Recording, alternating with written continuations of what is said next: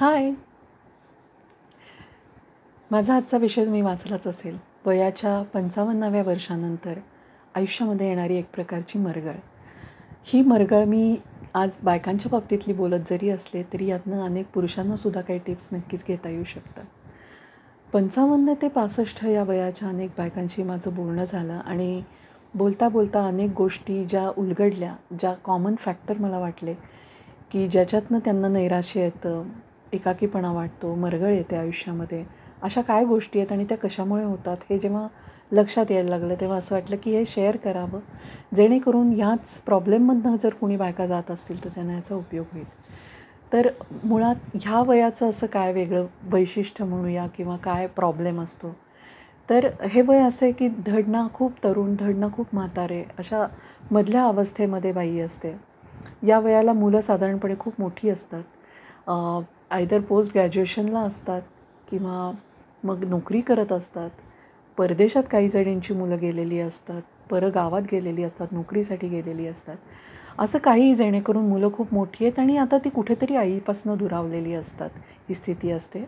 आणि अशावेळी फिजिकली पण मुलं जर दूर असतील तर त्यावेळेला तर अजून जास्त एकटेपणा बाईला वाटतो. आणि याचं मुख्य कारण हे की आपली मुलं हेच आपलं अस्तित्व आणि हेच आपलं आयुष्य असं मानून ज्या बायका जातात पुढे, त्यांची अशी अवस्था होणं अगदी स्वाभाविक आहे.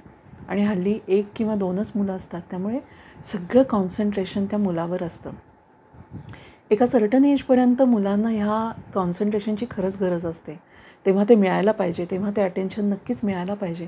पण एका एजनंतर आपण त्यांच्या आयुष्यात किती गुंतायचं हा कुठेतरी निर्णय घेण्याची गोष्ट आहे. जेव्हा तुमचं मूल पोस्ट ग्रॅज्युएशनला जातं तेव्हा घरात काही ना काही याबद्दल बोलणं होत असतं. मुलगा जर परदेशात शिकायला जाणार असेल तर तेही बोलणं अनेक दिवस घरामध्ये चाललेलं असतं. तर हे सगळं बोलणं चाललेलं असतं तेव्हाच आपल्या मनाची हळूहळू तयारी करणं गरजेचं असतं. जसं की मुलं परप्रांतात जरी गेलं, शिकायला गेलं, शहरात गेलं मोठ्या आणि तिथे त्याला नोकरी मिळाली उद्या, तर ते मूल नक्कीच तिथे राहणार आहे हे आपण गृहीत धरायला हवं. तर त्यामुळे काही गोष्टी या आपल्या कंट्रोलच्या बाहेर असतील हे गृहीत धरलं तर पुढचं जगणं आपलं खूप सोपं होतं. अनेकदा ह्या वयामध्ये आल्यानंतर मुलं त्यांचं लग्न ठरवतात, जे पचवणं खास करून बायकांना फार जड जातं. कारण त्यांनी खूप इमले रचलेले असतात की माझ्या मुलाचं लग्न कसं असेल, कसं होईल, मला विचारून तो लग्न करेल एखाद्या मुलीशी, असं सगळं गृहीत धरलेलं असतं. पण ही ती वेळ नसते की जेव्हा तुम्ही ह्या सगळ्या गोष्टी इम्पोज कराव्यात. तुम्हाला जर असं वाटत असेल की हे सगळं व्हावं तर ह्याबद्दलचं बोलणं खूप आधीपासून सुरू करायला हवं मुलाशी. तर तुम्हाला त्याचा कल कळू शकेल, त्याची आवड निवड कळू शकेल आणि मुळात त्याला तुमच्यासोबत राहायचं आहे का नाही हे कळू शकेल. ते खूप इम्पॉर्टंट आहे. कधीकधी मुलांनाच तुमच्यासोबत नसेल राहायचं तर तुम्ही त्याची बायको कशी हवी आणि काय हवीचं तुमचं इन्सिस्ट करण्याला अर्थही उरत नाही, कारण ती अल्टिमेटली तुमच्या घरात राहणार पण नसते. तर त्यामुळे ह्या सगळ्या गोष्टी महत्त्वाच्या असतील तरी एका सर्टन एजमध्ये बोलायला सुरुवात केली पाहिजे. आपल्या मुलाचा कल, आवड आणि आपली आवड हे सगळं जुळतं आहे का हे बघायला पाहिजे. त्या बाबतीतली बोलणी घरात खूप आधीपासून झाली पाहिजेत. आणि सपोज हे सगळं झालं नसेल तर कमीत कमी जे होतं आहे ते पटकन स्वीकारता आलं पाहिजे, कारण अल्टिमेटली त्यांचं आयुष्य हे त्यांचं असणार आहे, आपलं नसणार आहे. आणि ह्या सगळ्याच्या पलीकडे आपलं एक आयुष्य आहे आणि ते आपल्याला जगायचं आहे. हे बायकांनी खरंच शिकायची गरज आहे. कारण आज मुलं आहेत, उद्या नसतील, उद्या सोबत असतीलच असं नाही. वेगळं घर घेऊन राहू शकतात, पलीकडच्या बिल्डिंगमध्ये राहू शकतात, परदेशात जाऊन राहू शकतात, काही होऊ शकतं. आज आपला जोडीदार आपल्या प्रत्येक ठिकाणी सोबत आहे, पण उद्या कदाचित नसेल, माहिती नाही आपल्याला. तो नसेल किंवा कदाचित आपणसुद्धा नसू. म्हणजे आपण कायमच एकत्र राहणार आहोत, बरोबर राहणार आहोत, ह्या ज्या भावना आहेत त्यातली रिॲलिटी जी काही आहे त्या रिॲलिटीला कुठेतरी एक्सपोज होण्याची पण गरज असते. आणि ती तयारी जितकी मनाची आधीपासून करायला लागाल तितकं पुढे जाऊन जगणं खूप सोपं होतं.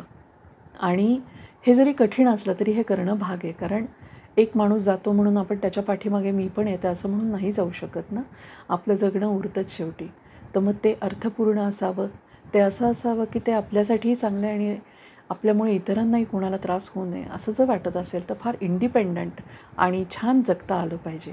या बाबतीत मला ना वाटतं की परदेशातल्या लोकांचं खरोखर घेण्यासारखं आहे. मी अनेक कार्यक्रम असे बघते की त्याच्यात 90 वर्षांची माणसंसुद्धा आपापली एकटी जगत असतात. पेट्स असतात त्यांच्यासोबत त्यांचे, ते त्यांचं सगळं करत असतात, ते त्यांची घरातली कामं करत असतात. काही लोकं तर ड्राईव्हसुद्धा करतात. तर मला असं वाटतं की आपल्या देशामध्ये खास करून 60 नाही आली की लोकांना असं आपण खूप म्हातारं झाल्यासारखं वाटायला लागतं.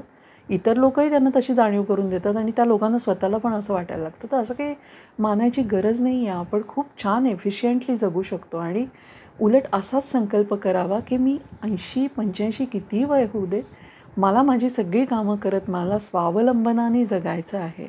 असा जर आपण निर्णय खूप आधीपासून केलेला असेल ना, तर तुम्हाला तुमचं जगणं खूप आनंदाचं आणि सोपं वाटेल आणि ते जगणं कुणाच्याही मर्जीवर, कुणाच्याही अस्तित्वावर अवलंबून नसेल. असं जे जगणं असेल तेच नेहमी सुखाचं असतं. हा सोबत असेल तरच मी सुखी, ते बरोबर असतील तर मी सुखी, माझे नातेवाईक माझ्यासोबत असतील तर मी सुखी. असे जर आपण क्रायटेरियाज ठेवले तर आपलं सुखी होणं फार अवघड आहे. कारण सगळ्या सिच्युएशन आपल्या मनासारख्या कधी होणार नाहीत. या वयामध्ये येणाऱ्या नैराश्याचं अजून एक कारण म्हणजे काही जुने आपल्या आयुष्यातले निर्णय आपले चुकलेत असं वाटायला लागतं बायकांना. मग ते कदाचित नातेवाईकांशी झालेली मतभेद असतील, भांडणं असतील. मग तो दुरावा कायम राखलेला असतो, जाणं येणं बंद झालेलं असतं. काही मैत्रिणींच्या बाबतीत असं होऊ शकतं. अशा वेळेला स्वतःच्या निर्णयांवर डाऊट करण्यापेक्षा यामागे काही वेगळं कारण तर नाही ना, म्हणजे आपला एकाकीपणा हे तर कारण नाही आहे ना, हे विचार करायला पाहिजे. आणि हा जो कॉन्फिडन्स आपल्यावर जेव्हा आपण डाऊट घेतो आपल्या निर्णयांबद्दल, तेव्हा मग आपला जगण्यामधला कॉन्फिडन्स लूज व्हायला लागतो, जायला लागतो. तर त्यामुळे जेही आत्तापर्यंत झालं ते झालं, पण हेन्सफोरच्या आयुष्यामध्ये आपण जास्त लक्ष देऊन निर्णय घेऊ हे ठरवायचं. सगळ्यात महत्त्वाच्या 3 गोष्टी सांगते, त्या केल्यात तर जगणं खूप छान वाटेल. ते म्हणजे ह्या वयापर्यंत आपण जर कोणाच्या बाबतीत चुकलो असू तर माफी मागायची.